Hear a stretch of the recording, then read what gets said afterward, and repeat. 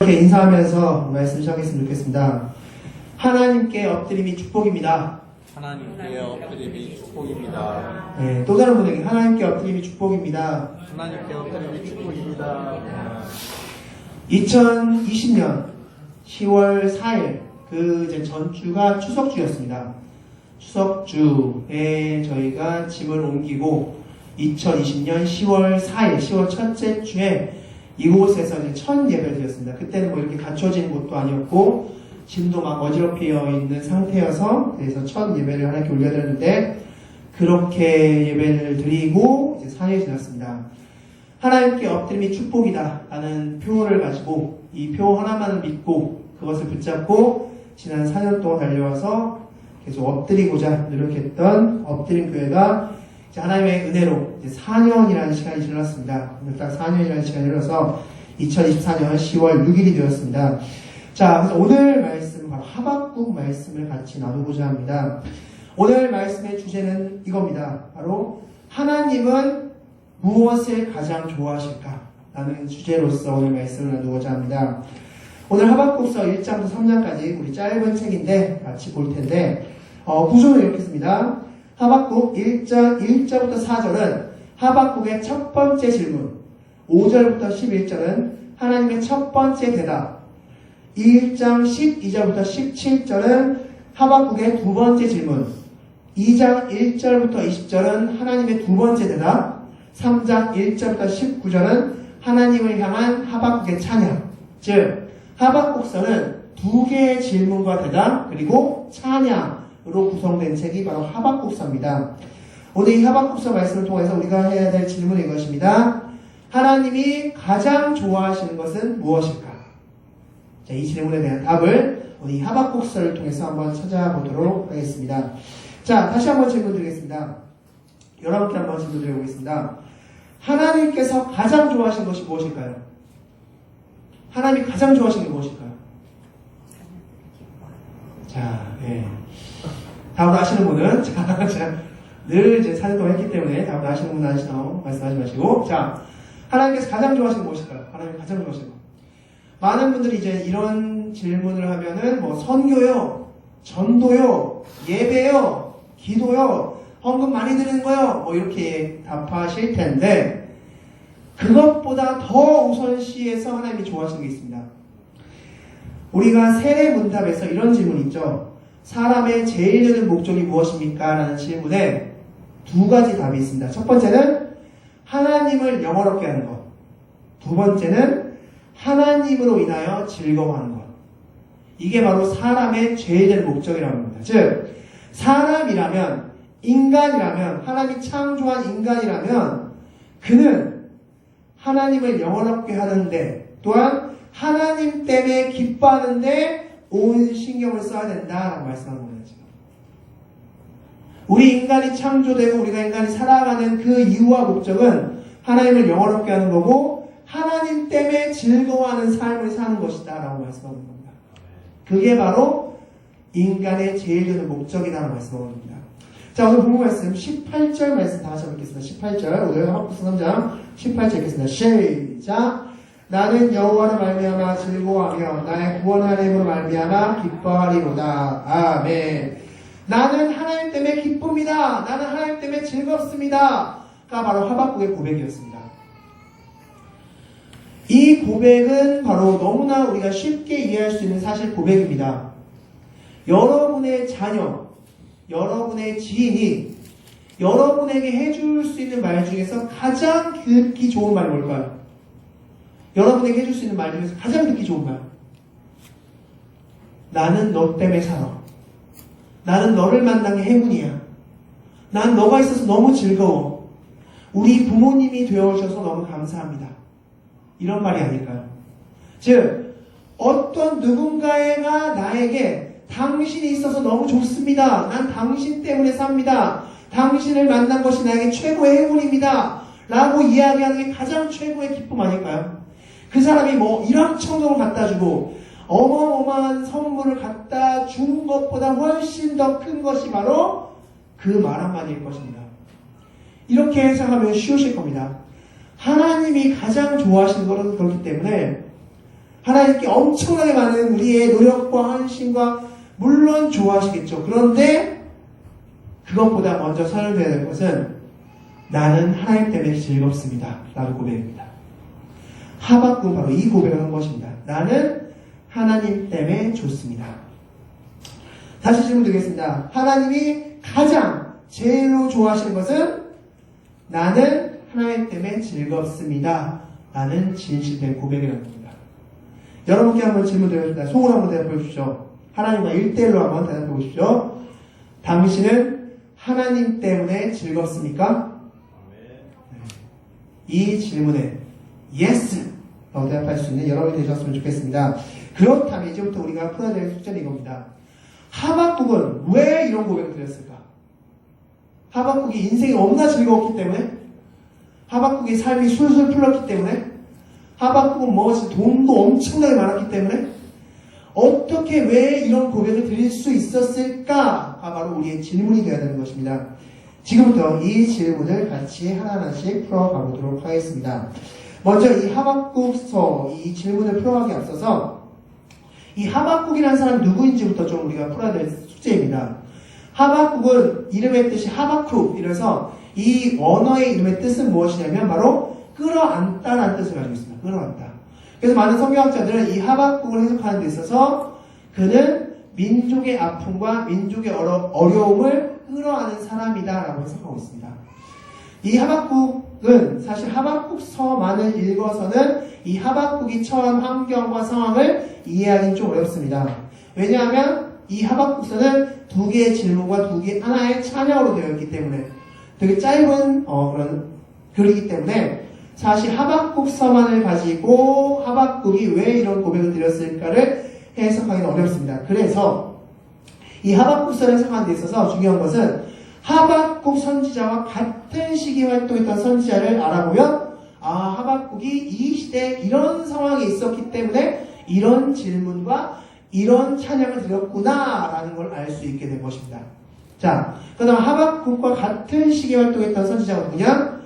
눈물의 선지자의 별명이 있는 바로 그 선지자 예레미야입니다. 예레미야가 바로 하박국과 동시대에 활동했던 선지자입니다. 그래서 우리 예레미야 선지자가 어떤 상황 가운데 처했는지 알게 된다면 하박국이 또한 처한 상황도 우리가 알 수 있는 것입니다. 자, 먼저 예레미야서랑 같이 보겠습니다. 우리 화면을 통해서 보겠습니다. 예레미야서 1장 2절 말씀 같이 보겠습니다.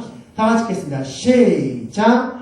아몬의 아들 유다왕 요시아가 다스린 지 13년에 여호와의 말씀이 예레미야에게 임하였고 아멘.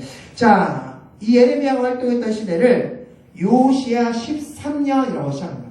요시아 13년부터 예레미야가 사역을 시작했어 라고 말씀하고 있는 거죠. 자, 그리고 3절 말씀 보겠습니다. 시작! 요시아의 아들 유다의 왕 여호와김 시대부터 요시아의 아들 유다의 왕 시드기야의 11년 말까지 곧 5월에 예루살렘이 사로잡혀 가기까지 이만이라. 아멘. 예레미야는 요시아 13년부터 시작해서 바로 시드기야 11년까지 사역했던 선지자라고 말씀했죠. 즉 약 40년간 사역했던 선지자입니다. 그 선지자가 바로 예레미야라는 선지자인데 이 예레미야랑 동시대에 활동했던 선지자가 누구다? 하박국이다라는 것입니다. 즉 예레미야가 처했던 상황과 하박국이 처했던 상황은 동시에 똑같은 상황입니다. 자, 그러면 이제 예레미야가 처했던 상황을 지금부터 보도록 하겠습니다. 먼저 요시아 13년. 이 요시아 14년은 어떤 때냐? 요시아 왕은 종교개혁을 일으켰던 왕입니다. 근데 그때가 언제냐? 요시아 18년에 종교개혁을 일으킵니다. 그렇다면 요시아 13년은 종교개혁을 일으키기 전입니까? 후입니까? 전이죠. 약 5년 전입니다. 그렇다면 그때는 요시아의 종교개혁, 즉 모든 우상을 타파하는 종교개혁을 일으키기 전이므로 그때는 이스라엘 백성들이 우상을 섬기고 있었을까요? 안 섬기고 있었을까요? 섬기고 있었을 때였습니다. 온갖 우상이 난무했던 시대였습니다. 자, 그때로부터 예레미야가 활동했고 하박국이 활동했던 것입니다. 자, 그때부터 요시아의 종교개혁이 있고 그리고 나서 그의 자손인 시드기야 11년까지 사역했다고 말씀하고 있는데 자, 그 11년은 어떤 때냐? 바로 남유다가 멸망하는 시기입니다. 이 예레미야 선지자도 그렇고 하박국 선지자도 남유다 선지자입니다. 그런데 이 시대가 바로 예레미야와 하박국 자체가 생각했던 시기인데, 자 이제부터가 이제 중요합니다. 이 요시야 왕의 최후를 성경은 이렇게 기록하고 있습니다. 열왕기하 23장 29절 말씀 보면 애굽의 왕 바로가 요시야를 무깃도에서 만나서 죽였다라고 말씀하고 있습니다. 즉 무깃도라는 곳에서 애굽과 남유다가 전쟁을 벌였는데 그때 애굽의 왕이 남유다 왕이었던 요시야를 죽였다라고 말씀하고 있습니다. 자, 왕이 죽었습니다. 그러면 어떻게 해야 됩니까? 그의 아들이 이제 왕위로 올라가면 됩니다. 그래서 그 다음 아들이 여호아스라는 왕이 그 왕의 자리로 등극합니다. 자, 그런데 여기서 이제 문제가 생깁니다.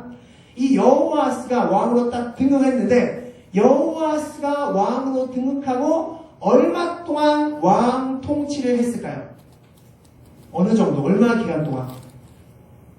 성경은 딱 3달 했다고 합니다. 3달 딱. 왜 그렇게 짧게 했을까요? 한 나라의 왕이 3달간만 통치하고 내려왔습니다. 자, 그 이유를 성경은 이렇게 말씀하고 있습니다. 열왕기하 23장 34절 말씀 보면 애굽의 왕이 이 여호아스 왕을 내려앉게 하고 폐위시키고 왕에서 내려앉게 하고 그 사람을 애굽으로 끌고 가서 죽였다고 말씀하겠습니다. 즉 애굽이 봤을 때 이 여호아스는 자기 편이 아닌 것처럼 느껴진 겁니다.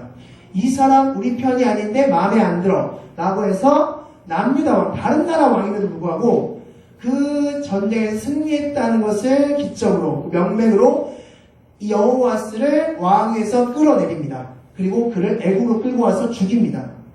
그리고 나서 자기의 입맛에 맞는 왕을 세우는데 그 왕의 이름이 여호와김이라는 왕입니다. 그래서 열왕기하 23장 34절 말씀 보면 여호와김 왕을 왕이 세웠다라고 말씀하고 있습니다.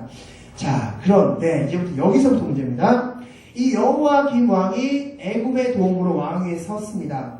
자, 그러니까 이 애굽의 입장에서는 이제부터 어떻게 여호와김 왕에게 요구할 수 있을까요? 너 내 힘으로, 우리의 힘으로 너가 왕위에 세워졌잖아. 너 지금 왕 자리에 앉아 있잖아. 그러니 뭘 바쳐라? 돈을 바쳐라. 내가 너 왕 자리 세워줬잖아. 야, 그러니까 너 빨리 돈 바쳐, 돈. 이렇게 된 겁니다. 자, 그래서 어떤 일이 일어나냐? 말씀드린 열왕기하 23장 35절 말씀 다 같이 읽겠습니다. 시작.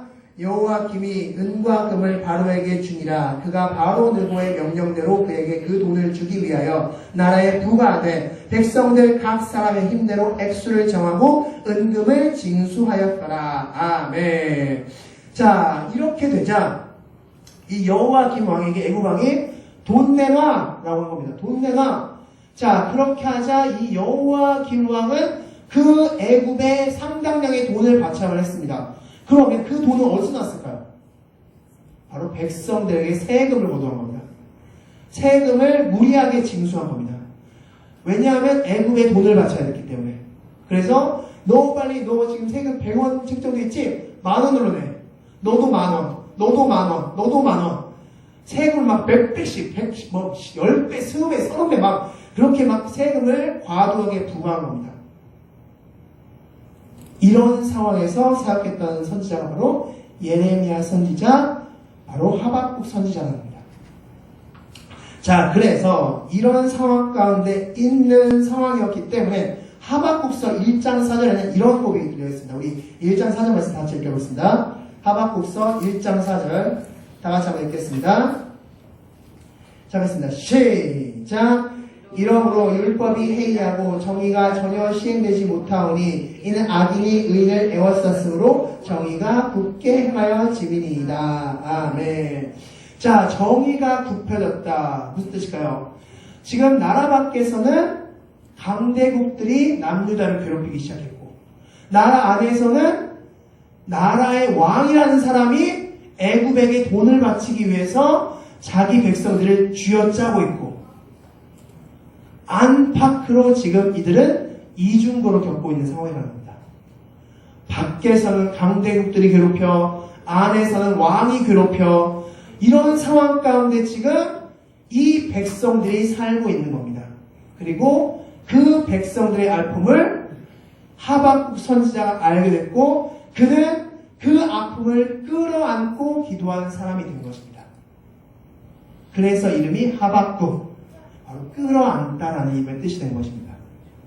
자, 그렇다면 이런 상황 가운데 있는 하박국이 어떻게 난 여호와로 인하여 즐거워하고 기뻐합니다 라는 고백을 드릴 수 있었을까? 자, 그럼 지금부터 이제 하박국의 두 가지 질문을 같이 나눠보도록 하겠습니다. 먼저 첫 번째, 하박국의 첫 번째 질문입니다. 우리 2절 말씀 같이 읽겠습니다. 2절 말씀 다 같이 읽겠습니다. 시작! 여호와여 내가 부르짖어도 주께서 1장 2절입니다. 1장 2절 하박국서 1장 2절 읽겠습니다. 시작! 여호와여 내가 부르짖어도 주께서 듣지 아니하시니 어느 때까지니까 내가 함부로 말미암아 외쳐도 주께서 구원하지 아니하시나이다. 아멘. 자, 첫 번째 질문 이겁니다. 하나님, 왜 가만히 계십니까? 이게 첫 번째 질문이었습니다. 지금 밖에서는 강대국들이 우리를 옥죄고 있고 안에서는 왕이 옥죄고 있는데 당신은 지금 뭐하고 계십니까? 우리의 아픔을 못 보고 계십니까? 우리의 아픔을 외면하고 계십니까? 당신 뭐라도 해주셔야죠. 이게 바로 첫 번째 하박국의 질문인 겁니다. 언제까지 하나님은 지켜보시기만 할 겁니까? 이 질문입니다. 언제까지 하나님 지켜보실 겁니까? 하박국이 생각했을 때, 하박국이 이렇게 막 기도하면서 막 했을 때 하나님은 어떻게 하셔야 됐습니까?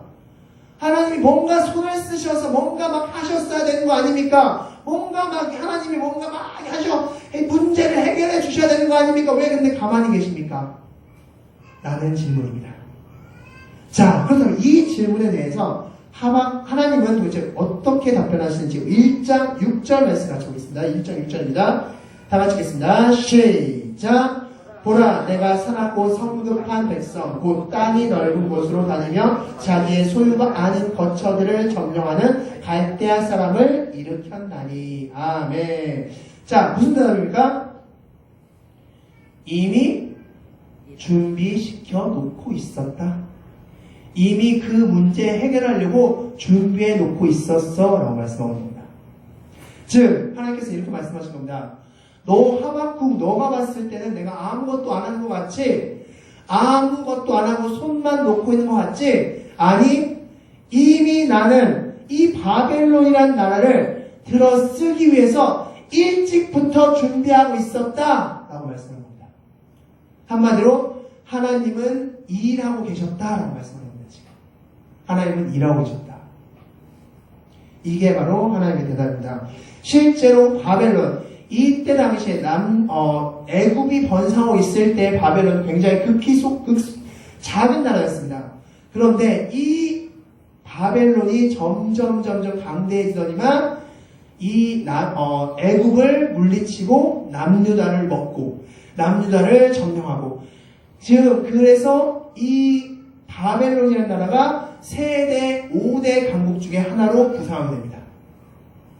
하나님은 애굽이 활성화되고 있는 그때 이미 어떤 나라를 준비시키고 있었냐면 이 바벨론이라는 나라를 준비시키고 있었다라고 말씀하는 겁니다.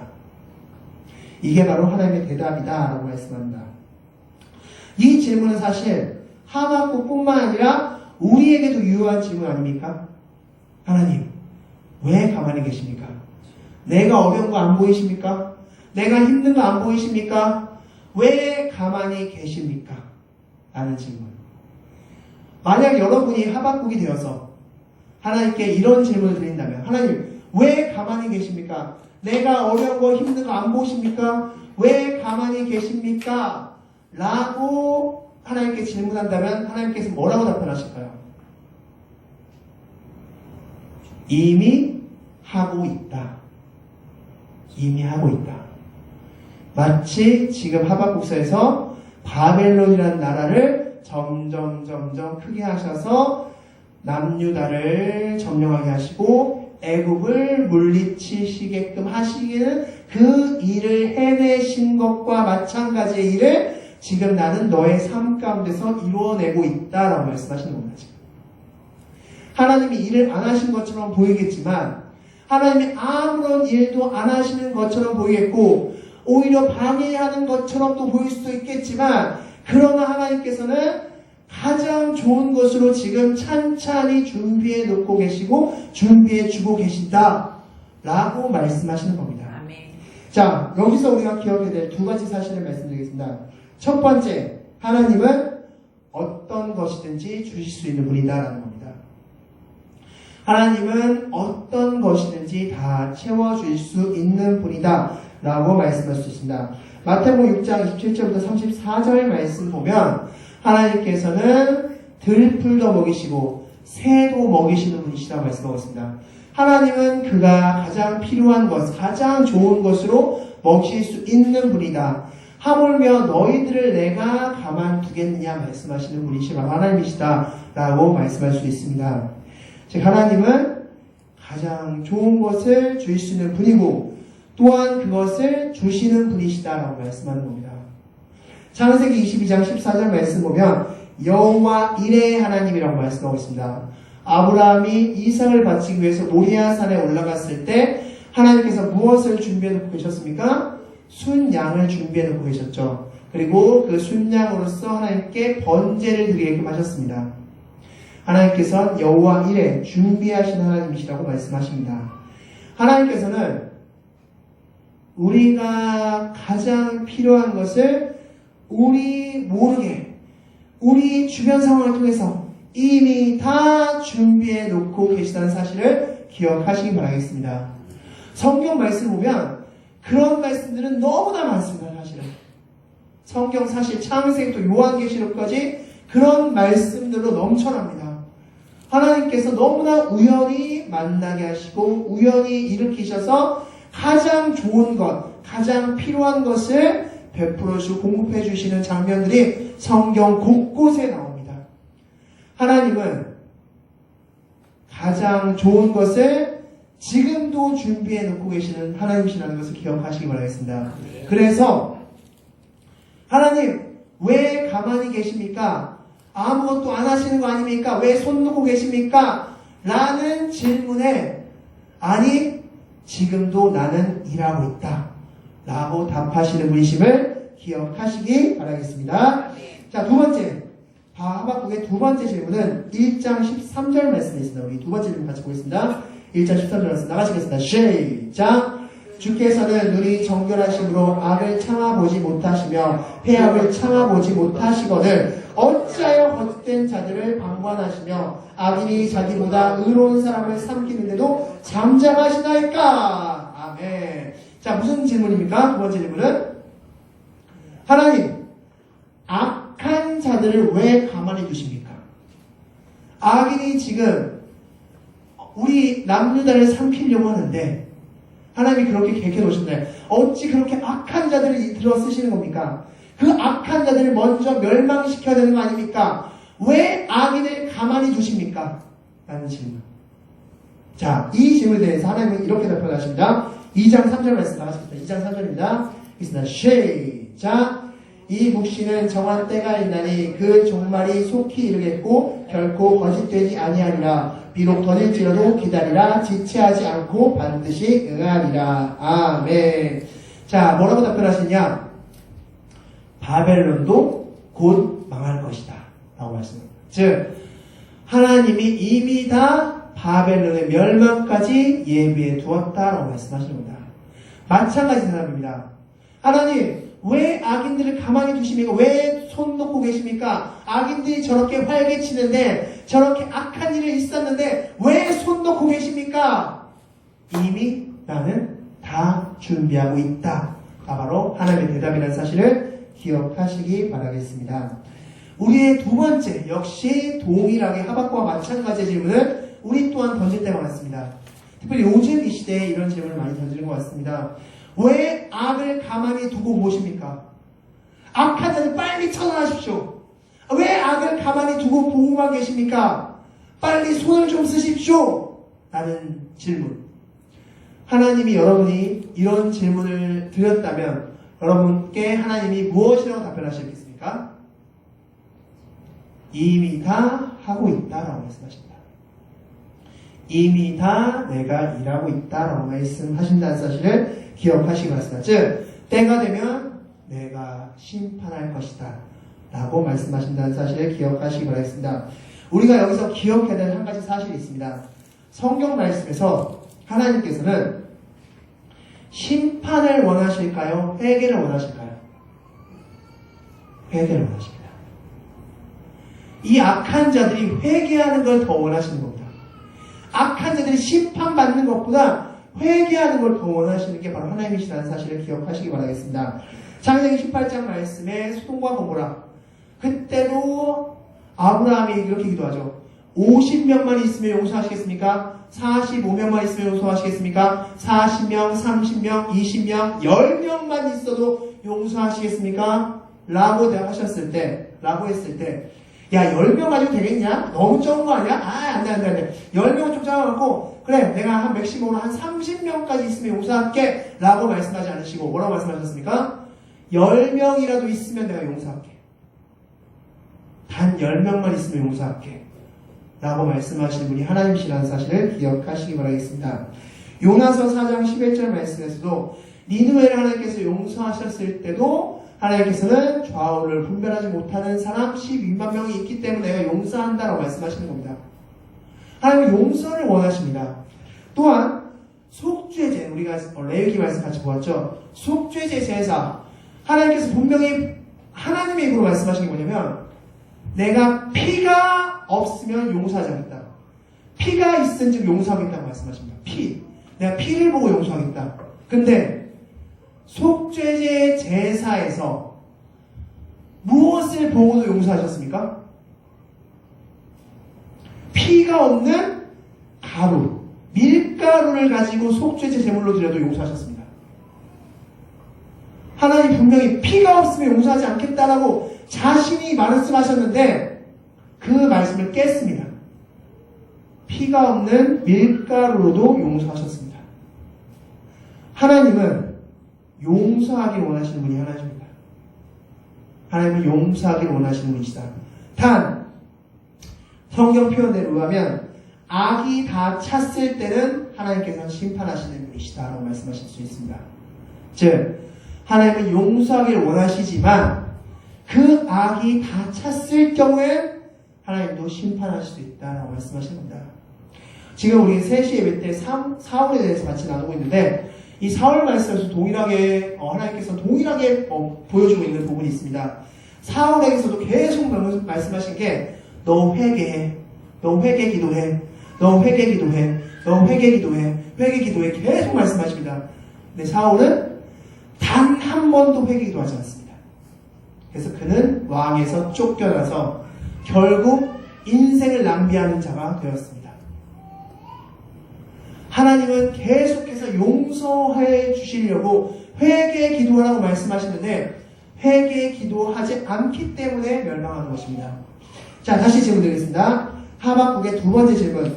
하나님, 왜 악을 가만히 두고 보고 계십니까? 뭐라도 하셔야 되는 거 아닙니까? 라는 질문에 하나님은 뭐라고 대답하신다? 지금도 일하고 있다. 나도 지금 지켜보고 있어. 지금 내가 바라보고 있어. 나도 기다리고 있어. 회개를 기다리고 있어. 라고 말씀하신다. 이 시대에 있는 모든 악한 자들에게도 하나님께서 동일하게 말씀하실 겁니다. 왜 이 자들을 멸망하지 않으십니까? 왜 처단하지 않으십니까? 이 자들이 회개하기를 기다리고 있어. 라고 말씀하실 겁니다. 그러므로 우리가 할 일은 무엇입니까? 내 주변에 있는 하나님께 돌아오지 못하는 자들에게 하나님에 대한 회개와 사랑을 가르쳐주는 것, 그것이 바로 우리가 할 일임을 기억하시기 바라겠습니다. 자, 첫 번째 질문과 두 번째 질문에 하나님의 동일한 대답이 나왔습니다. 무엇입니까? 하나님은 일하고 계시다. 하나님은 일하고 계시다. 하나님은 손 놓고 계시거나 가만히 구경하고 계신 분이 아니시다라는 겁니다. 자, 그런 대답을 듣고 하박국 3장에서는 놀라운 하박국의 찬양이 나오는데 그 찬양의 처음 시작을 같이 보겠습니다. 이 3장 2절 말씀 다 같이 읽겠습니다. 3장 2절 말씀. 우리 너무나 유명한 말씀이죠. 다 같이 읽겠습니다. 시작! 여호와여, 내가 주께 대한 소문을 듣고 놀랐나이다. 여호와여, 주는 주의 일을 이 수년 내에 부응하게 하옵소서. 이 수년 내에 나타내시옵소서. 진노 중에라도 긍휼을 잊지 마옵소서. 아멘. 우리 역시 찬양 가사로 너무 유명한 말씀인데, 근데 사실 이 2절 말씀에 부흥이라는 표현이 나옵니다. 부흥. 근데 이 부흥이라는 게 사실 원어에는 없는 표현입니다. 한글 성경에서 좀 의역을 하는 표현입니다. 이 2절에 부흥이라는 이 단어의 원어는 하야입니다. 하야. 하야인데 이 하야라는 뜻이 무엇이냐면 살려내다, 소생시키다 라는 뜻을 가지고 있습니다. 이것을 우리나라 성경을 한글 성경으로 옮기면서 부흥이라는 단어를 썼습니다. 즉 하나님은 이 수년 내에 살리시고 소생시키신다라는 겁니다. 자, 그렇다면 하박국이 이렇게 찬양할 수 있었던 근거가 무엇인가? 자, 우리 9절 말씀 같이 읽겠습니다. 9절 말씀입니다. 다 같이 9절 말씀 읽겠습니다. 시작! 주께서 활을 꺼내시고 화살을 걸어 쏘셨나이다. 주께서 강들로 땅을 쪼개셨나이다. 아멘. 자, 무슨 말씀이냐? 하나님께서 지금 이렇게 말씀하신 겁니다. 내가 바벨론을 직접 처단할 것이다. 바벨론을 직접 처단할 것이다 라고 말씀하십니다. 자, 아무튼 왜 바벨론을 직접 처단하십니까? 라는 질문에 13절에서 이렇게 말씀하십니다. 다 같이 읽겠습니다. 시작! 주께서 주의 백성을 구원하시려고 기름 부음 받은 자를 구원하시려고 나오사 악인의 집에 머리를 치시며 그 기초를 바닥까지 드러내셨나이다. 셀라. 아멘. 자, 무슨 말씀이냐? 내가 왜 바벨론을 직접 치는 줄 아느냐? 구원하려고, 살려주려고 하는 것이다 라고 말씀합니다. 하박국은 지금 무엇을 듣고 있냐? 남유다가 누구에 의해서 멸망합니까? 바벨론에 의해서 멸망하죠. 그리고 나서 70년 후에 어떻게 됩니까? 다시 본국으로 소환됩니다. 그리고 나서 그 땅에 누가 태어납니까? 예수 그리스도가 태어납니다. 그 예수 그리스도에서 무엇이 이루어집니까? 구원이 이루어집니다. 이 풀스토리를 지금 하나님께서 들은 겁니다. 그 구원의 역사. 하나님이 왜 바벨론으로 하여금 남유다를 치게 하시는지에 대한 그 구원의 풀스토리를 지금 하박국이 듣고 있는 겁니다. 그래서 2절 말씀을 이렇게 얘기합니다. 우리 2절 말씀 다시 한번 보겠습니다. 2절 말씀 다 같이 읽겠습니다. 2절 말씀 읽겠습니다. 시작! 여호와여 내가 주께 대한 소문을 듣고 놀란나이다. 여호와여 주는 주의 일을 이 수년 내에 부응하게 하옵소서. 이 수년 내에 나타내시옵소서. 진노 중에라도 긍휼을 잊지 마옵소서. 아멘. 주에 대한 소문을 듣고 놀란나이다. 여러분은 놀라시고 계십니까? 네, 전혀 표정이 놀란 표정이 아니죠. 자, 하나님의 풀스토리 지금 구원의 역사를 듣고 있는 겁니다. 지금 이 하박국이 바벨론을 하는 멸망시키고 있는지, 왜 이 민족을 멸망시키려고 하는지, 하나님이 직접 이 모든 일을 계획하고 계신지, 그거에 대한 풀스토리를 지금 하박국이 들은 겁니다. 그리고 하박국이 깜짝 놀란 겁니다. 하나님의 구원의 역사. 오늘 우리 특송해 주신 그 특송 가사도 나오죠. 특송의 말씀에서 나오지만 우리 구원받지 못할 존재를 구원시키기 위해서 하나님은 이 하박국서에 나타난 그 역사를 이루셨다는 겁니다. 즉 우리가 구원받을 수 있었던 그것의 시작점은 어디다? 또한 하박국서의 이 남유다 멸망이다라고 말씀하는 겁니다. 지금 남유다가 멸망하고 70년 후에 바벨론 포로에서 다시 해방돼서 본국으로 돌아가고 그리고 나서 예수님이 탄생하고 예수님께서 구원하시고 십자가에서 구원하시고 부활하시고 이 모든 풀역사를 하박국이 듣고 와! 그래서 하박국이 참 재미있는 고백을 합니다. 16절 말씀 다 같이 읽겠습니다. 하박국서 3장 16절 말씀 우리 참 재미있는 고백이 있는데 16절 다 같이 읽겠습니다. 시작! 내가 들었으므로 내 창자가 흔들렸고 그 목소리로 말미암아 내 입술이 떨렸도다. 무리가 우리를 치러 올라오는 환난 날을 내가 기다림으로 썩히는 것이 내 뼈에 들어왔으며 내 몸은 내 처소에서 떨리는도다. 아멘. 자, 무슨 말씀입니까? 이 바벨론의 쳐들어옴, 바벨론 침략을 하박국이 뭐한다? 기다린다. 지금 자기 나라가 망하게 생겼는데 자기 나라 바벨론이 침략해 오면 자기 나라가 망하게 생겼는데 지금 그거를 뭐라고 고백하고 있습니까? 기다린대요. 바벨론의 침략을 기다린다. 왜? 그 바벨론 침략 후에 뭐가 이루어질 것이기 때문에? 구원이 이루어질 것이기 때문에. 살리심이 일어날 것이기 때문에. 소생시킴이 일어날 것이기 때문에 기다린다. 그리고 나서 한 고백이 17절, 18절 오늘 본문 말씀입니다. 우리 다 같이 읽겠습니다. 17절, 18절 읽겠습니다. 시작! 비록 무화과나무가 무성하지 못하며 포도나무에 열매가 없으며 감람나무에 소출이 없으며 밭에 먹을 것이 없으며 우리의 양이 없으며 외양간에 소가 없을지라도 나는 여호와로 말미암아 즐거워하며 나의 구원의 하나님으로 말미암아 기뻐하리로다. 아멘. 이제 이 고백이 이해되십니까? 왜 이렇게 고백했는지 하박국이 고백했는지 이해되십니까? 하박국은요 그 구원의 풀스토리를 알게 된 겁니다.